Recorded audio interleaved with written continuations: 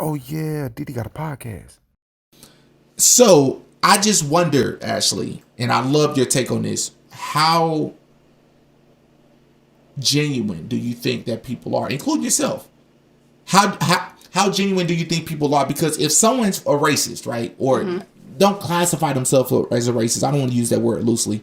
If someone is somebody who has racist beliefs, probably not their fault, probably what they grew up around. So probably they definitely grew up around it, and it's probably affected them in some ways here and there. So they believe a certain way. But everything's going on around them, and everything is saying you shouldn't think this way, and this is wrong, this, that, and the third. You're not going to come out and say, I believe this way. More than likely. So I just wonder how honest everyone is being, not just at the Clinton school, in this climate altogether. Yeah. Because everybody want to share this stuff about Black Lives Matter or say nothing about it. But just because you're sharing it don't mean you feel it. Yeah. You know? I agree. I think there's a place to start, though, right? So white silence is a problem. I think that's a real problem. And so I think we shouldn't take anything away from a white person who's never stood up or said anything, posting an image on their Facebook of Black Lives Matter or all the hands, holding each other. I think that's a step in the right direction. And I appreciate those steps in the right directions. But what I think that we have to do as Americans, as people who live in this nation, whatever color we are, I think micro racism is a real thing. And I think it's our responsibility as human beings to call those things out. Micro racism. So we learned about that in class, right? The little things that people say, right? The little comments, Black people are always late. Black people love fried chicken. The little dumb shit that people say. Right. White girls love frappuccinos, whatever. We've all heard those stereotypes before, but calling those things out is important. And I think that's where we could make the first step.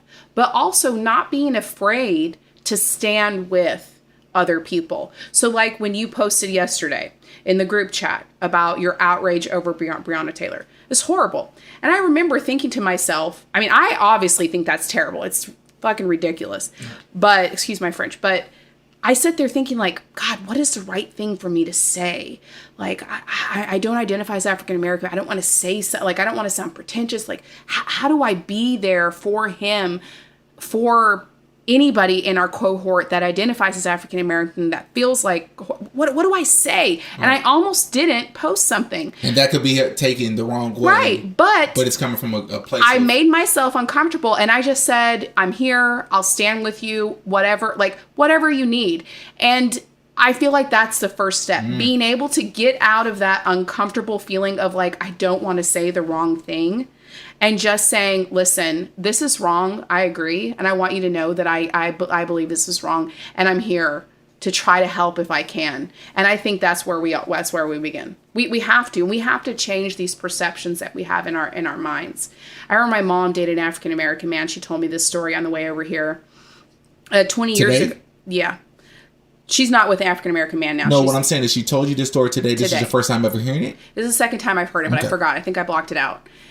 20 years ago, she was dating an African American male, and they were at a park. It was maybe 7:30. They were watching the sunset. It was the dam in Russellville, and they were sitting on the hood of the car, and maybe they were kissing or something. They weren't having sex. They didn't have their clothes off. They were just kissing. Someone called the police on them. The police show up, and this African American male said, "Just don't talk. I know what's going on." And my mom's like, "What the fuck is going on? Gosh, excuse my language. What the hell is going on?" Talk. And he was like, just don't even say anything. Just, you need to play it cool. And so there was a woman who was up the hill who saw an African-American male and a white woman and assumed that he was raping her, right? She made this assumption based on the color of the skin of the male and the color of the skin of female. And that happened. How many times have I gotten pulled over because I had an African male in my car when I was 22? There was no reason to be pulled over. They asked for our IDs. Where are you guys going? What are you guys doing? These stories happen all the time. You pulled over driving while black, right? Because we're assuming that you're doing something wrong. We can talk about that forever. But the point is, we have to shift and make a conscious effort to change conscious our effort. assumptions. We have to be thinking about it while we're walking down the street, when we're looking at an interracial couple, when I'm looking at two African Americans together, when I'm looking at two white people together. I need to change that dialogue for myself in my mind. You do know that it's a thing that people don't believe that the whole driving while black thing is a thing, because they think it's blown out of proportion. I think the media does blow things out of proportion, even in support of so-called black people. They do blow things out of proportion, but this isn't one of them. But people believe this, and I've recently experienced this, not with the cop myself, but this lady came to one of my jobs, and she asked me, she said, Demetrius, older Caucasian woman, she goes, Demetrius, can I ask you something? I almost said her name. I looked at her and I said, I'm Demetrius. You can ask me whatever you want at any time you want. You'll never offend me, I promise. Mm-hmm. And she goes, have you ever been pulled over? And I was like, yeah, I've been pulled over a bunch of times. I've gotten tickets. I've gotten out of tickets. And she was like, but no, I mean, I really don't know how to say this. Using words. That's how you say it. You can't offend me, I promise. Just shoot it down. I'm not a sensitive person. Shoot it to me. I know your intent. But I mean, like, have you ever just had, like, a rah-rah with the police? What does rah-rah mean? Break that down to me. And she says, well, like, have they ever, like, given you a hard time if you're not, like... Have police ever harassed you? And she goes ahead and make the assumptions for me, kind of alludes to my answer for me. She was like, if you... Like, have they ever harassed you? And like, if you're doing what you're supposed to do, right? They're not gonna, like, do anything to you. Like, they've never roughed you up for no reason, right? Right, Demetrius? Wrong. And I was like, dang, I was with you until you got to that point. You can't answer for me. Like, you got to let me answer the question. Yes, I've been pulled over several times. No, I've never in my life been roughed up. I know people. But you can't make this mistake and hear that one so-called black man, one so-called African American did not experience this. Well, guess what? There's hundreds more of me's out there who have never had this experience. I bet you we know other people. And not just drug dealers or people that fit these stereotypes. I'm saying people who are innocent in the scenarios pulled over for no reason. Profiled. Please don't make the mistake of finding one person who it didn't happen to. Say, see, it didn't happen to him. You can't do that. It's dangerous. That happens all the time, right? And I think, I think I encounter that a lot.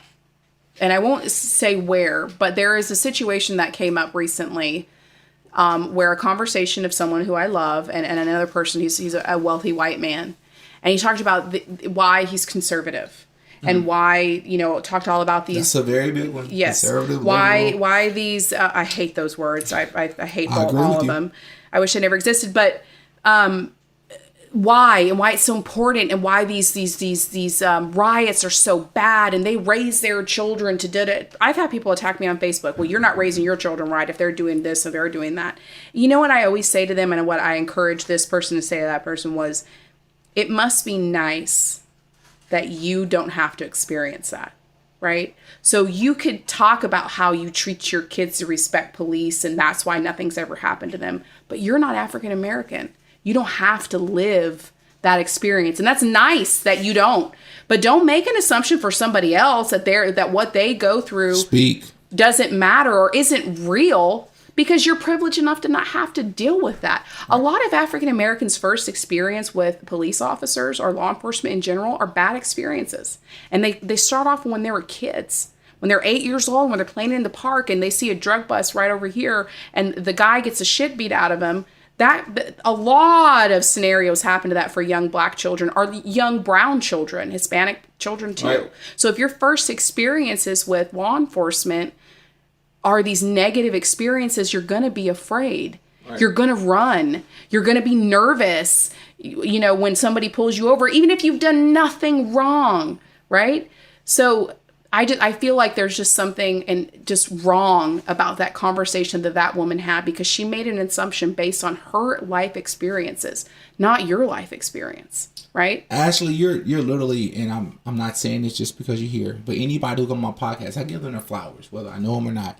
And you seem to be a very great person, a very good person. Thanks. I was excited for this conversation. But you were the perfect person to talk to because things I knew about you as far as your intelligence and your ability to speak, just like your son spoke about. But also what I did know about you, which is some things you shared with me, and I appreciate you sharing them with me today, such as, how you are aware that you can fall into the category of being a white woman. Yeah. Right. And you can fall into the category of not being a white woman. Sure. And, that's like the perfect person to speak to because it's like you can understand what it's like to see things from a privileged way, or you can see things from the way of not so privileged, and you just happen to have the experience of interracial dating. Yeah. And my son, I have a black son. Right. So how old is he, by the way? He's 12. And he's, listen, and my son is big. He's as tall as me, and he's big. He's strong. I worry about him. When I've been pulled over before and he was in the car with me, I thought to myself, oh my God, I'm so glad I got pulled over because I can teach him what to do and how to talk to the police so they don't ever hurt him. I don't think that when I have my son Sergio in the car. That's a crying shame. It's a shame, but it's reality. I'm afraid for my son to get older and get stronger and to get bigger because by default, he's an African-American, strong, tall male. Therefore, he's dangerous. That's wrong. This is Cleo. This is my puppy. I've taught her how to speak, lay, roll, wait. I've even taught her how to say please. But for the life of me, I cannot teach this dog how to like, comment, share, and subscribe.